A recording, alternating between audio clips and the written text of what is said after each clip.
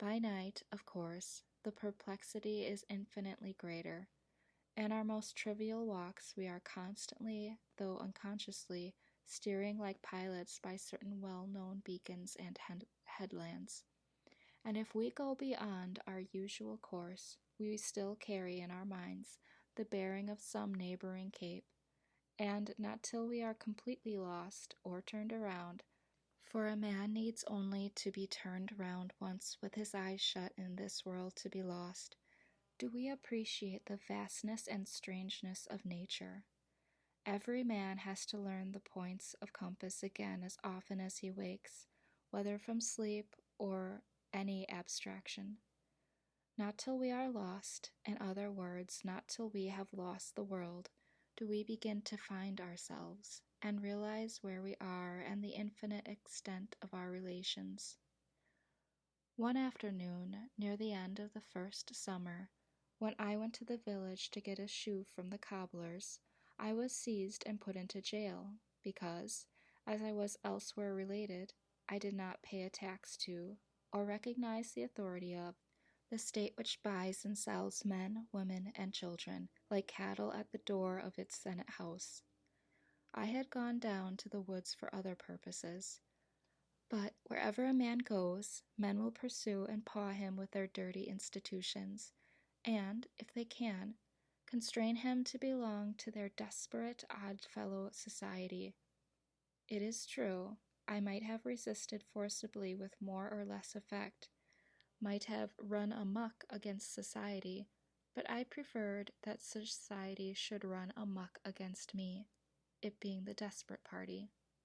However, I was released the next day, obtained my mended shoe, and returned to the woods in season to get my dinner of huckleberries on Fairhaven Hill. I was never molested by any person but those who represented the state. I had no lock nor bolt but for the desk which held my papers, not even a nail to put over my latch or windows. I never fastened my door night or day, though I was to be absent several days, not even when the next fall I spent a fortnight in the woods of Maine, and yet my house was more respected than if it had been surrounded by a file of soldiers.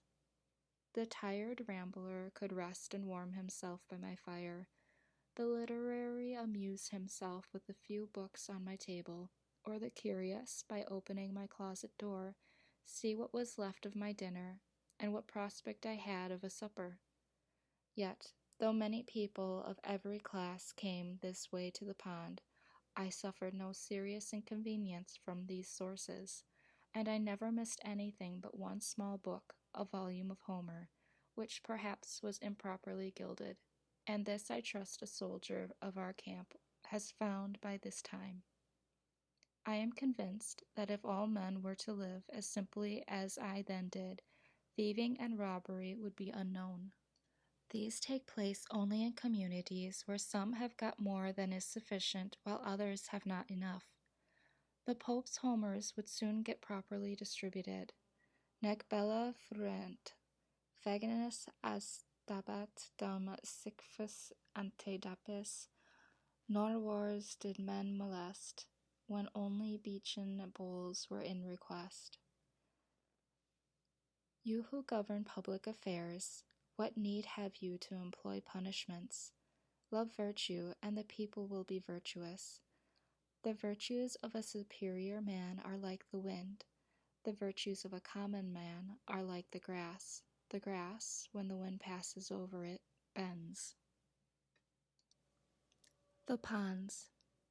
Sometimes, having had a surfeit of human society and gossip, and worn out all my village friends, I rambled still farther westward than I habitually dwell, into yet more unfrequented parts of the town, to fresh woods and pastures new, or, while the sun was setting, made my supper of huckleberries and blueberries on Fairhaven Hill, and laid up a store for several days.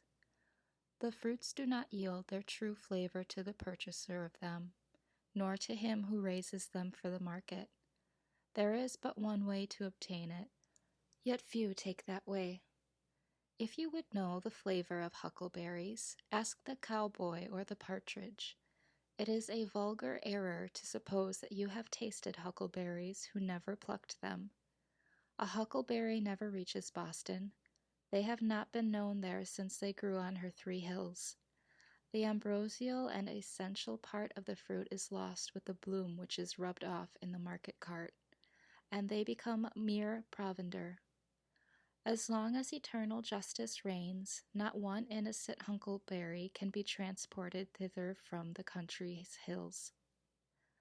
Occasionally, after my hoeing was done for the day, I joined some impatient companion who had been fishing on the pond since morning, as silent and motionless as a duck or a floating leaf, and, after practicing various kinds of philosophy, had concluded commonly, by the time I arrived, that he belonged to the ancient sect of Canabites. There was one older man, an excellent fisher and skilled in all kinds of woodcraft, who was pleased to look upon my house as a building erected for the convenience of fishermen, and I was equally pleased when he sat in my doorway to arrange his lines. Once in a while we sat together on the pond, he at one end of the boat and I at the other, but not many words passed between us, for he had grown deaf in his later years, but he occasionally hummed a psalm, which harmonized well enough with my philosophy. Our intercourse was thus altogether one of unbroken harmony, far more pleasing to remember than if it had been carried on by speech. When, as was commonly the case, I had none to commune with, I used to raise the echoes by striking with a paddle on the side of my boat, filling the surrounding woods with circling and dilating sound, stirring them up as the keeper of a menagerie his wild beasts, until I elicited a growl from every wooded vale and hillside. In warm evenings I frequently sat in the boat playing the flute, and saw the perch, which I seemed to have charmed, hovering around me, and the moon traveling over the ribbed bottom, which was strewed with the wrecks of the forest. Formerly I had come to this pond adventurously, from time to time, in dark summer nights, with a companion, and, making a fire close to the water's edge, which we thought attracted the fishes, we caught pouts with a bunch of worms strung on the thread, and when we had done, far in the night, threw the burning brands high into the air like skyrockets, which, coming down into the pond, were quenched with a loud hissing, and we were suddenly groping in total darkness. Through this, whistling a tune, we took our way to the haunts of men again, but now I had made my home by the shore. Sometimes, after staying in a village parlor till the family had all retired, I have returned to the woods, and partly with a view of the next day's dinner, spent the hours of midnight fishing from a boat by moonlight, serenaded by owls and foxes, and hearing, from time to time, the creaking note of some unknown bird close at hand. These experiences were very memorable and valuable to me, anchored in 40 feet of water, and 20 or 30 rods from the shore, surrounded sometimes by thousands of small perch and shiners, dimpling the surface with their tails in the moonlight, and communicating by a long flaxen line with mysterious nocturnal fishes, which had their dwelling 40 feet below, or sometimes dragging 60 feet of line about the pond as I drifted in the gentle night breeze, now and then feeling a slight vibration along it, indicative of some life prowling about its extremity, of dull, uncertain, blundering purpose there, and slow to make up its mind. At length you slowly raise, pulling hand over hand, some horned pout squeaking and squirming to the upper air. It was very queer, especially in dark nights, when your thoughts had wandered to vast and cosmogonal themes and other spheres, to feel this faint jerk, which came to interrupt your dreams and link you to nature again. It seemed as if I might next cast my line upward into the air, as well as downward into this element, which was scarcely more dense. Thus I caught 2 fishes, as it were, with one hook. The scenery of Walden is on a humble scale, and though very beautiful, does not approach to grandeur. nor can it much concern one who has not long frequented it or lived by its shore. Yet this pond is so remarkable for its depth and purity as to merit a particular description. It is a clear and deep green well, 1/2 mile long and 1.75 miles in circumference, and contains about 61½ acres, a perennial spring in the midst of pine and oak woods, without any visible inlet or outlet except by the clouds and evaporation. The surrounding hills rise abruptly from the water to the height of 40 to 80 feet, though on the southeast and east they attain to about 100 and 150 feet respectively, within 1/4 and 1/3 of a mile. They are exclusively woodland. All our Concord waters have 2 colors at least, one when viewed at a distance, and another more proper close at hand. The first depends more on the light and follows the sky. In clear weather, in summer, they appear blue at a little distance, especially if agitated, and at a greater distance all appear alike. In stormy weather they are sometimes of a dark slate color. The sea, however, is said to be blue one day and green another without any perceptible change in the atmosphere. I have seen our river when, the landscape being covered with snow, both water and ice were almost as green as grass. Some consider blue to be the color of pure water, whether liquid or solid.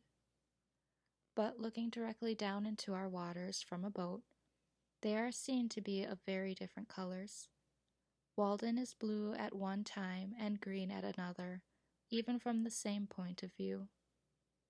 Lying between the earth and the heavens, it partakes of the color of both. Viewed from a hilltop, it reflects the color of the sky, but near at hand it is of a yellowish tint next the shore where you can see the sand, then light green, which gradually deepens to a uniform dark green in the body of the pond. In some lights, viewed even from a hilltop, it is of a vivid green next the shore. Some have referred this to the reflection of the verdure, but it is equally green there against the railroad sandbank, and in the spring, before the leaves are expanded, and it may be simply the result of the prevailing blue mixed with the yellow of the sand, such is the color of its iris. This is that portion, also, where in the spring, the ice being warmed by the heat of the sun reflected from the bottom, and also transmitted through the earth, melts first and forms a narrow canal about the still frozen middle. Like the rest of our waters, when much agitated, and clear weather, so that the surface of the waves may reflect the sky at the right angle, or because there is more light mixed with it, it appears at a little distance of a darker blue than the sky itself, and at such a time, being on its surface, and looking with divided vision, so as to see the reflection, I have discerned a matchless and indescribable light blue, such as watered or changeable silks and sword blades suggest, more cerulean than the sky itself, alternating with the original dark green on the opposite sides of the waves, which last appeared but muddy in comparison. It is a vitreous greenish blue, as I remember it, like those patches of the winter sky seen through cloud vistas in the west before sundown. Yet a single glass of its water held up to the light is as colorless as an equal quantity of air. It is well known that a large plate of grass will give a green tint, owing, as the makers say, to its body, but a small piece of the same will be colorless. How large a body of Walden water would be required to reflect a green tint, I have never proved. The water of our river is black, or a very dark brown to one looking directly down on it, and, like that of most ponds, imparts to the body of one bathing in it a yellowish tinge. But this water is of such crystalline purity that the body of the bather appears of an alabaster whiteness. Still more unnatural, which, as the limbs are magnified and distorted withal, produces a monstrous effect, making fit studies for a Michelangelo. The water is so transparent that the bottom can easily be discerned at the depth of 25 or 30 feet. Paddling over it, you may see, many feet beneath the surface, the schools of perch and shiners, perhaps only an inch long, yet the former easily distinguished by their transverse bars, and you think that they must be aesthetic fish that find a subsistence there. Once, in the winter, many years ago, when I had been cutting holes through the ice in order to catch pickerel, as I stepped ashore, I tossed my axe back onto the ice, but, as if some evil genius had directed it, it slid 4 or 5 rods directly into one of the holes, where the water was 25 feet deep. Out of curiosity, I lay down on the ice and looked through the hole, until I saw the axe a little on one side, standing on its head, with its helve erect and gently swaying to and fro with the pulse of the pond. And there it might have stood erect and swaying till in the course of time the handle rotted off, if I had not disturbed it.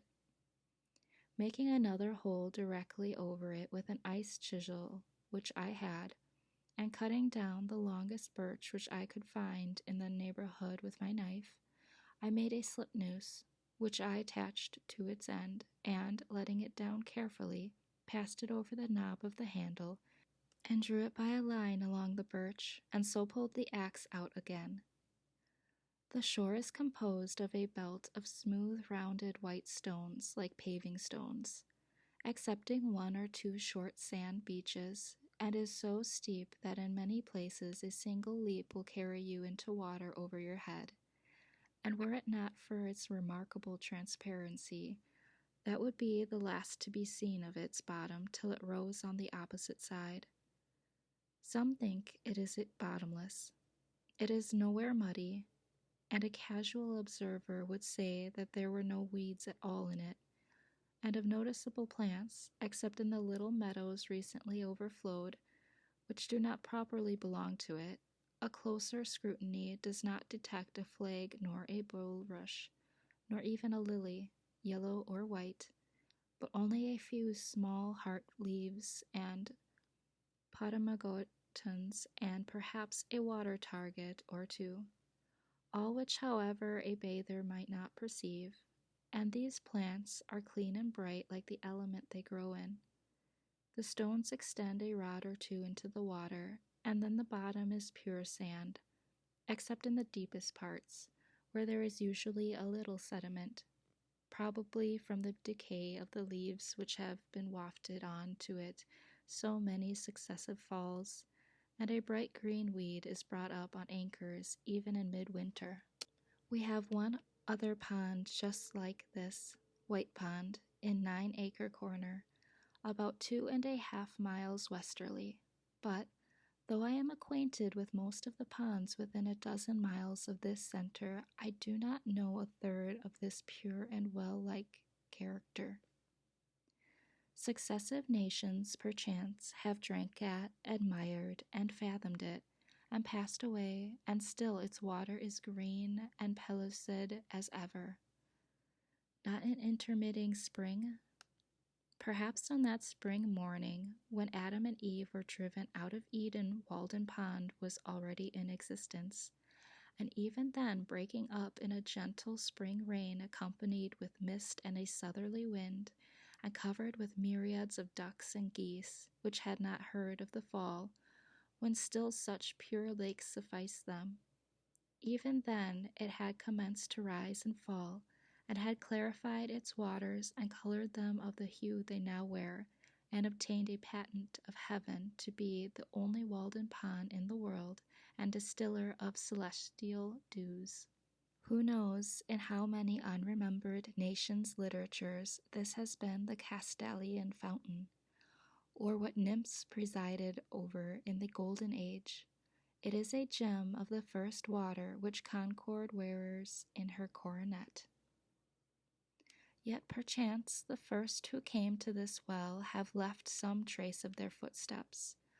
I have been surprised to detect encircling the pond, even where a thick wood had just been cut down on the shore, a narrow shelf-like path in the steep hillside, alternately rising and falling, approaching and receding from the water's edge.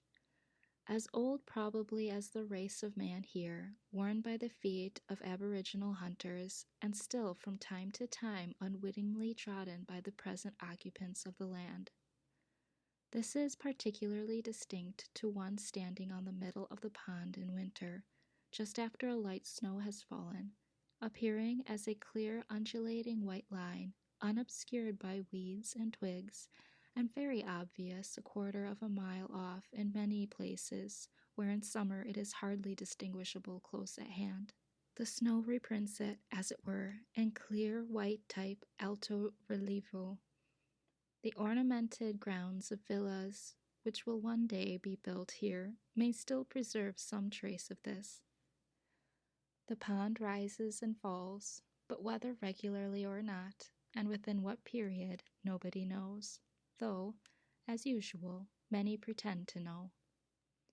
It is commonly higher in the winter and lower in the summer, though not corresponding to the general wet and dryness. I can remember when it was a foot or two lower, and also when it was at least 5 feet higher than when I lived by it. There is a narrow sandbar running into it, with very deep water on one side, on which I helped boil a kettle of chowder, some 6 rods from the main shore, about the year 1824, which it has not been possible to do for 25 years, and on the other hand, my friends used to listen with incredulity when I told them that a few years later I was accustomed to fish from a boat in a secluded cove in the woods, 15 rods from the only shore they knew, which place was long since converted into a meadow. But the pond has risen steadily for 2 years, and now in the summer of '52 is just 5 feet higher than when I lived there, or as high as it was 30 years ago, and fishing goes on again in the meadow. This makes a difference of level, at the outside, of 6 or 7 feet, and yet in the water shed by the surrounding hills is insignificant in amount, and this overflow must be referred to causes which affect the deep springs. This same summer the pond has begun to fall again. It is remarkable that this fluctuation, whether periodical or not, appears thus to require many years for its accomplishment. I have observed one rise and a part of 2 falls, and I expect that a dozen or 15 years hence the water will again be as low as I have ever known it. Flint's Pond, a mile eastward, allowing for the disturbance occasioned by its inlets and outlets, and the smaller immediate ponds also, sympathize with Walden, and recently attained their greatest height at the same time with the latter. The same is true, as far as my observation goes, of White Pond. This rise and fall of Walden at long intervals serves this use at least.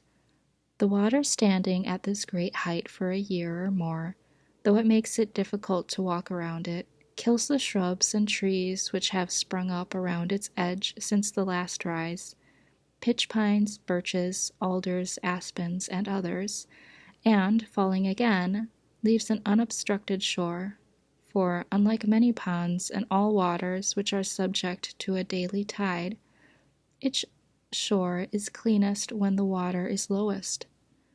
On the side of the pond next to my house, a row of pitch pines 15 feet high has been killed and tipped over as if by a lever, and thus a stop put to their encroachments, and their size indicates how many years have elapsed since the last rise to this height. By this fluctuation the pond asserts its title to a shore, and thus the shore is shorn, and the trees cannot hold it by right of possession. These are the lips of the lake on which no beard grows. It licks its chaps from time to time. When the water is at its height, the alders, willows, and maples send forth a mass of fibrous red roots several feet long from all sides to their stems in the water, and to the height of 3 or 4 feet from the ground, in the effort to maintain themselves. And I have known the high blueberry bushes about the shore, which commonly produce no fruit, bear an abundant crop under these circumstances. I have been puzzled to tell how the shore became so regularly paved. My townsmen have all heard the tradition. The oldest people tell me that they heard it in their youth, that anciently the Indians were holding a powwow upon a hill here, which rose as high into the heavens as the pond now sinks deep into the earth, and they used much profanity, as the story goes, though this vice is one of which the Indians were never guilty, and while they were so engaged the hill shook and suddenly sank, and only one old squaw, named Walden, escaped, and from her the pond was named. It has been conjectured that when the hill shook these stones rolled down its side and became the present shore. It is very certain, at any rate, that once there was no pond here, and now there is one, and this Indian fable does not in any respect conflict with the account of that ancient settler whom I have mentioned, who remembers so well when he first came here with his divining rod, saw a thin vapor rising from the sward, and the hazel pointed steadily downward, and he concluded to dig a well here. As for the stones, many still think that they are hardly to be accounted for by the section of the waves on these hills, but I observed that the surrounding hills are remarkably full of the same kind of stones.